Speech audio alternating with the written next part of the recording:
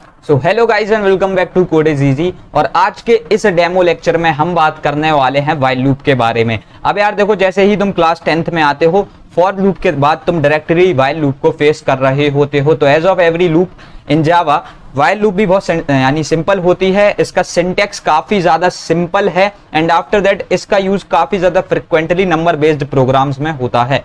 ठीक है, तो इसकी एल्गोरिदम को समझना तुम्हारे लिए काफी ज्यादा इंपॉर्टेंट है। तो आज हम इसकी एल्गोरिदम को बहुत ही सिंप्लीफाइड मैनर में समझने वाले हैं। ठीक है, सो सबसे पहले देखो यार, कोई भी लूप होती है तो उसमें सबसे पहला पार्ट होता है इनिशियलाइजेशन। जैसे कि फॉर लूप थी तो उसके पैरेंथेसिस के अंदर ही तुम सबसे पहले इनिशियलाइजेशन करते थे, लेकिन व्हाइल लूप में सिनेरियो पूरा कंप्लीटली चेंज्ड है। यहां पर तुम लूप को स्टार्ट करने से पहले ही इनिशियलाइजेशन लूप बॉडी के बाहर कर देते हो, क्योंकि एट द एंड इनिशियलाइजेशन सिर्फ एक बार होना है। वेरिएबल्स को डिक्लेयर तुम सिर्फ एक बार कर रहे होगे। ठीक है, तो फॉर में वो पैरेंथेसिस के अंदर हो जाता था, यहां पर तुमने पहले ही कर दिया। उसके बाद देखो यार, जैसे कि कंडीशन चेकिंग होती है, यानी एक्सप्रेशन को टेस्ट करते हैं, तो उसके लिए यहां पर तुम देख सकते हो पहले कंडीशन यहां पर चेक होगी। ठीक है, और जैसे ही ये कंडीशन चेक हो जाती है उसके बाद स्टेटमेंट्स एग्जीक्यूट होती हैं और बॉडी के अंदर ही, लूप बॉडी के अंदर ही यहां पर अपडेशन किया जा रहा होता है। ठीक है, जैसे ही वो यहां पर इस ब्रैकेट पे आएगा, वो डायरेक्टली यहां से वापस से कंडीशन पे जंप करेगा। ठीक है, हमारा कंपाइलर बेसिकली, और यहां पर फिर से एक और बार कंडीशन को चेक करेंगे, फिर से स्टेटमेंट एग्जीक्यूट होगी, फिर से अपडेशन होगा और ये प्रोसेस कंटिन्यू कर दी जाएगी जब तक हमारी कंडीशन फॉल्स नहीं हो जाती है, यानी लूप टर्मिनेशन क्राइटेरिया को कंपाइलर मैच नहीं कर देता है तब तक। ठीक है, सो समझ गए, बहुत ही सिंपल सी चीज है ये। अब इसके बाद देखो यार, अगर डायरेक्टली हम लोग अब प्रोग्राम्स पर आते हैं, तुमको लूप्स की अंडरस्टैंडिंग होगी क्योंकि तुमको फॉर लूप आती है, तभी हमने इसके सिंटेक्स पे ज्यादा टाइम वेस्ट नहीं किया है। अभी कोई भी डाउट होते हैं तो वो तुम्हारे लाइव डीसीएस में क्लियर कर दिए जाएंगे, बट स्टिल अभी अगर डायरेक्टली प्रोग्राम्स पे आते हैं, कुछ सिंपल प्रोग्राम्स, तो सबसे पहले एक यहाँ पर प्रोग्राम बोल रखा है, program to print the first and even numbers using a while loop. अब इसे तुम फॉर लूप की तरह कर देते हैं अभी हाल के हाल, क्योंकि मैं पहले से ही तुमको फॉर लूप सिखा चुका हूं। ठीक है, और वो तुमको एक बहुत ही अच्छे तरीके से लाइव कॉन्सेप्ट क्लास में सिखा दी गई थी। तो तुमको अगर मैं फॉर लूप से ये करने को बोलता तो तुम बहुत इजी वे में कर देते, लेकिन यहाँ पर मैं तुमसे बोल रहा हूं कि तुमको ये जो प्रोग्राम है वो बेसिकली व्हाइल लूप के थ्रू लिखना है। तो यार इसे तुम फॉर लूप की हेल्प से कैसे लिख सकते हो? फर्स्ट ऑफ ऑल, अगर तुम इनिशियलाइजेशन कर रहे होते फॉर लूप में तो तुम पैरेंथेसिस के अंदर करते, तो यहाँ पर हमने बाहर ही कर दिया। ठीक है, एक चीज तुम यहाँ पर नोटिस कर सकते हो कि हमने यहाँ पर इनिशियलाइजेशन जो है उसे हमने बाहर ही परफॉर्म कर लिया है। यहाँ पर हमने इनिशियलाइजेशन बाहर ही परफॉर्म कर दिया, एक नंबर दिया int b is equal to 2 और फिर यहाँ पर इसे डिक्लेयर कर दिया। ठीक है, अब एट द एंड तुमको फॉर में कंडीशन रखनी होती थी इसके बाद, तो हमने यहाँ पर एक कंडीशन रखी, while b should have to be less than equal to 20, क्योंकि फर्स्ट 10 इवन नंबर्स 2 4 6 8 10 12 14 16 18 20 ये होते हैं तुम्हारे शुरुआत के 10 इवन नंबर्स। समझ गए? तो यानी 20 तक जाना चाहिए b की वैल्यू, तो हमने यहाँ पर b की वैल्यू जो है ना b तक यानी 20 तक रख दी, इससे कम होनी चाहिए। अगर जैसे ये फॉल्स हो जाएगा तो हमारी जो लूप है वो ब्रेक हो जाएगी। अब उसके बाद देखो हमने यहाँ पर लिख रखा है system dot out dot print b। ठीक है, अभी b में वैल्यू 2 है, उसके बाद ये डायरेक्टली प्रिंट हो जाएगा। अब जैसे कि फॉर लूप होती थी, तुम्हारा जैसे ही स्टेटमेंट एग्जीक्यूट हुई वो डायरेक्टली अपडेशन वाले पार्ट में जाता था, तो यहाँ पर अपडेशन लूप बॉडी में ही है, b is equal to b plus 2। ठीक है, तो अब करंटली तुम्हारी b की वैल्यू हो गई 4। अब ये यहाँ से डायरेक्टली जाएगा तुम्हारी लूप की कंडीशन चेकिंग में, यहाँ पर ये चेक होगी, जैसे ही ट्रू होगा तो यहाँ पर अब 4 प्रिंट हो जाएगा। ठीक है, आफ्टर दैट यहाँ से अपडेशन हुआ, ये 6 हो गया, उसके बाद ये फिर से यहाँ पर जाएगा, कंडीशन ट्रू होगी, अब ये 6 प्रिंट कर देगा। ठीक है, एंड दैट्स द पॉइंट कि ऐसे ये करता जाएगा, एक पॉइंट आएगा 20 का, ये उसे प्रिंट करेगा, अपडेशन में वैल्यू 22 हो जाएगी। ठीक है, और जैसे ही वैल्यू 22 होगी, कंडीशन फॉल्स होगी, तो तुम्हारी लूप जो है वो ब्रेक हो जाएगी। समझ गए? अब ड्राई रन में अगर थोड़ी सी भी दिक्कत आ रही हो so don't worry at all, अभी ये वाला प्रोग्राम प्रैक्टिस करते हैं और इसका ड्राई रन भी हम देख रहे होंगे। ठीक है, सो अब देखो एक चीज, program to extract the digits from the numbers. अब इसको अगर तुमको फॉर लूप से करना बोल दिया जाए ना, तो तुम्हारे लिए बहुत ही ज्यादा कॉम्प्लिकेटेड सा सिनेरियो बन जाएगा, क्योंकि तुम आइडिया ही नहीं लगा पा रहे होगे कि एट द एंड करूं कैसे। सो बेसिकली बात यहां पर अब ऐसी है कि अगर तुमको नंबरों को एक्सट्रैक्ट करना है, ठीक है, डिजिट्स एक्सट्रैक्ट करने हैं, तो तुम व्हाइल लूप के थ्रू बहुत इजीली कर सकते हो। अब इसके लिए तुम एक नंबर यूजर से भी ले सकते थे, मैंने यहाँ पर पहले से डिक्लेयर कर रखा है। सबसे पहले एक वेरिएबल बनाया int d because it is required at the end, और यहाँ पर एक नंबर ले लिया, सपोज 4179। ठीक है, यहाँ पर ये हमने एक नंबर लिया। यहाँ पर अब देखो समझना यार, पहली बात तो तुम अभी सिंटेक्स से समझ रहे हो, एक किसी प्रोग्राम की एल्गोरिदम समझ रहे हो, व्हाइल लूप की नहीं, तो यहाँ पर थोड़ा सा लॉजिक तुम्हें भी बनाना पड़ेगा। तो मैंने बेसिकली क्या किया, एक लॉजिक सिंपल सा बना रखा है कि अगर नंबर एक्सट्रैक्ट करने हैं तो हम लोग लास्ट नंबर को बार बार एक्सट्रैक्ट करते जाएंगे और फिर उस नंबर में से उसी लास्ट नंबर को ट्रंकेट करते जाएंगे, जिससे वो हटता जाएगा। 4179 है, 9 को एक्सट्रैक्ट कर दिया, फिर उस 9 को हटा दिया, ठीक है। सेम वे फिर 417 में से 7 का एक्सट्रैक्ट कर दिया, 7 को हटा दिया, ऐसे ट्रंकेट करते जा रहे हैं, प्रिंट करते जा रहे हैं, ट्रंकेट करते जा रहे हैं, प्रिंट करते जा रहे हैं। एंड दैट्स द पॉइंट कि हमने क्या कर रखा है यहाँ पर, while n should have to be greater than 0।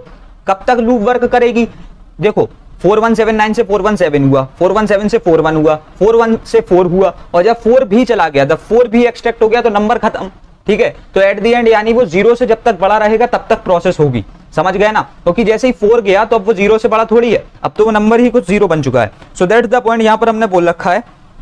देखो सबसे पहले 4179 गया, डी में हमने क्या किया है ना कि लास्ट डिजिट को एक्सट्रैक्ट करा लिया। लास्ट डिजिट को तुम कैसे एक्सट्रैक्ट करा सकते हो यार, सिंपली रिमाइंडर निकाल दो 10 से डिवाइड करके।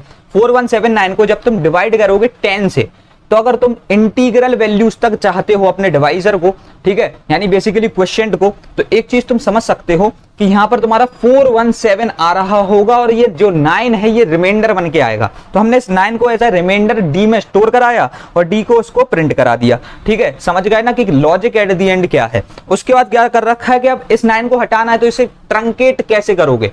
ऐसे यार तुम एक काम नहीं कर सकते, 4179 को अगर हम लोग 10 से डिवाइड कर दें, ठीक है, तो हमको यहाँ पर डिवाइड यानी जो क्वेश्चन है वो क्या मिल रहा था, 417।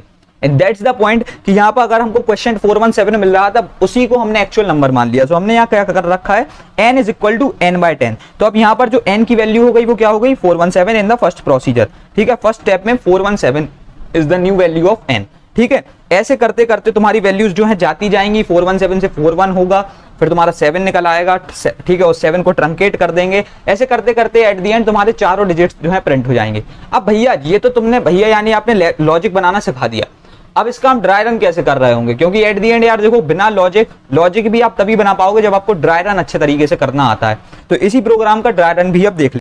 तो यार अब बात करते हैं तुम्हारे ड्राई रन के बारे में। अब देखो ड्राई रन क्या है ना कि dry run is like compiler कैसे काम करता है, यहाँ पर तुम कॉपी पे वैसे ही काम करने की कोशिश कर रहे हो, ठीक है। स्टेप बाय स्टेप हम पूरे लॉजिक को एग्जामिन करेंगे और देखेंगे कि एट द एंड जो प्रोग्राम हमने लिख रखा है उसकी फंक्शनैलिटी कैसी है, ठीक है। सो फर्स्ट ऑफ ऑल देखो यहाँ पर हमने 5 चीजें ले रखी हैं। एक तो है तुम्हारा n, क्योंकि एट द एंड जो एक नंबर था उसको हम लोग उसमें से डिजिट्स को एक्सट्रैक्ट कर रहे हैं, कंडीशन ले रखी है, ठीक है। और उसके बाद तुमने d ले रखा था, किसके लिए, यहाँ से तुम नंबर यानी डिजिट्स को एक्सट्रैक्ट कर रहे थे, ठीक है। और इसके बाद तुमने एक SOPLN यही d को प्रिंट कराने के लिए, एंड आफ्टर दैट ये था n। यहाँ से तुम अब जैसे बार बार जो है ना नंबर को चेंज करते जा रहे थे और उसमें से डिजिट्स ट्रंकेट कर रहे थे, ठीक है। सो सबसे पहले स्टेप में हमारे पास नंबर आता है 4179। अब देखो कंडीशन क्या थी, that n should have to be greater than 0, तो कंडीशन ट्रू हो गई, ठीक है। अब इसके बाद तो देखो मैंने क्या कर रखा है, d is equal to n modulus 10। अब तुम ऑब्वियसली एक चीज समझो कि अगर तुम 4179 को 10 से डिवाइड करते हो तो 9 विल बी द रिमाइंडर, इसके अंदर रिमाइंडर आ गया 9 और हमने 9 को प्रिंट कर दिया, ठीक है। अब एक मेन बला ये थी कि ये नंबर को चेंज कैसे करें, 4179 में करें कैसे। तो यार देखो बहुत सिंपल है, n is equal to n/10 कर रखा है, यानी n में एक ऐसा नया n सेव कर दो और उस n से हमको बेसिकली 9 को हटाना है। तो हमने क्या किया, 4179 को 10 से डिवाइड किया, तो तुम्हारा जो क्वेश्चन है वो क्या बन के आएगा, 417। उसी क्वेश्चन को हमने इसमें सेव कर दिया, ठीक है। सो 417 इज द न्यू n और you can say it is the new number, ठीक है। अब यहां से हमने n को 417 माना, कंडीशन ऑब्वियसली ट्रू है क्योंकि still 417 is greater than 0। After that यहाँ पर देख सकते हो 7 आया तुम्हारे डी में, ठीक है, 7 को प्रिंट किया। अब देखो तुम्हारे अब जो है ना 417 को अगर तुम 10 से डिवाइड करते हो तो क्वेश्चन 41 आएगा। सो यहाँ पर हमने 41 नंबर ले लिया। अब सेम वे 41 के लिए चेक किया, कंडीशन ट्रू हुई, 1 प्रिंट हुआ, ठीक है, क्योंकि लास्ट डिजिट अब यहाँ पर 1 था। उसके बाद देखो 1 प्रिंट हो गया यहाँ से, एंड आफ्टर दैट यहाँ से फिर से हमने हटा दिया है तो 4 आ गया, ठीक है। आफ्टर दैट देखो लो n 4 है, यहाँ से हमने ट्रू कर रखा है क्योंकि obviously 4 is greater than 0। After that देखो यार यहाँ पर हमने n मॉड्यूलस 10 किया। अब तुमको पता होगा, थ्योरी पढ़ रखी है तो, कि अगर 4 को तुम डिवाइड करते हो 10 से तो एट द एंड तुम्हें तो इंटीग्रल क्वेश्चन चाहिए था, तो वो 0 आएगा और तुम्हारा रिमाइंडर 4 आ जाएगा, ठीक है। सो यहाँ से रिमाइंडर 4 आ रखा है, SOPLN 4।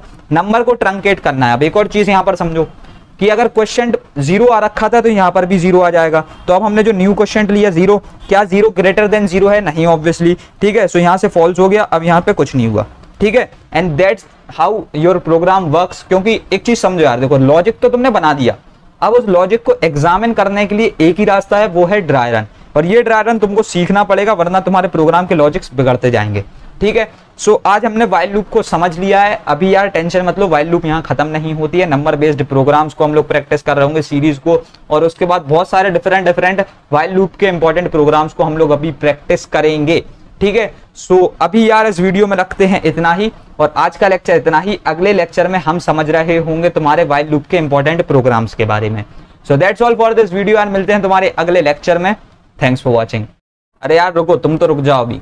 देखो यार, अगर अभी तक तुमने कोड इज इजी में एनरोल नहीं कर रखा है, so this is the high time you should enrol in code is easy, क्योंकि यहाँ पर अब हम लोग क्लासेस को यानी बेसिकली कंटिन्यू करते जा रहे हैं। और अगर तुम चाहते हो कि तुम्हारी semester 1 plus semester 2 plus class 9th की प्रिपरेशन प्रोग्रामिंग की बहुत अच्छे तरीके से हो जाए, फन वे में तुम लोग प्रोग्रामिंग को सीख रहे हो, तो तुम कोड इज इजी में एनरोल कर सकते हो। प्राइसिंग बहुत ही कम है यार, क्लास 9th एंड 10th का सिलेबस सिर्फ 1100 रुपीज पे आ जाता है। दैट टू अभी तुमको एडिशनल 15% ऑफ मिलता है, जिस यानी एक कूपन है फ्रॉम सीके, इसका अगर तुम इस्तेमाल करते हो तो तुमको मिलता है एडिशनल 15% ऑफ, और इसके थ्रू तुम लोग प्राइसिंग को जस्ट 935 रुपीज पर लाके खड़ा कर सकते हो, ठीक है। So if you want to enrol, this is the high time to enrol. Link is in the description. Website के थ्रू भी ले सकते हो subscription, and after that too अगर तुम ऐप के थ्रू चाहते हो तो वो भी कर सकते हो, ठीक है। बस लेकिन इस वीडियो में रखते हैं इतना ही, एंड बस फिर क्या ही यार। Thanks for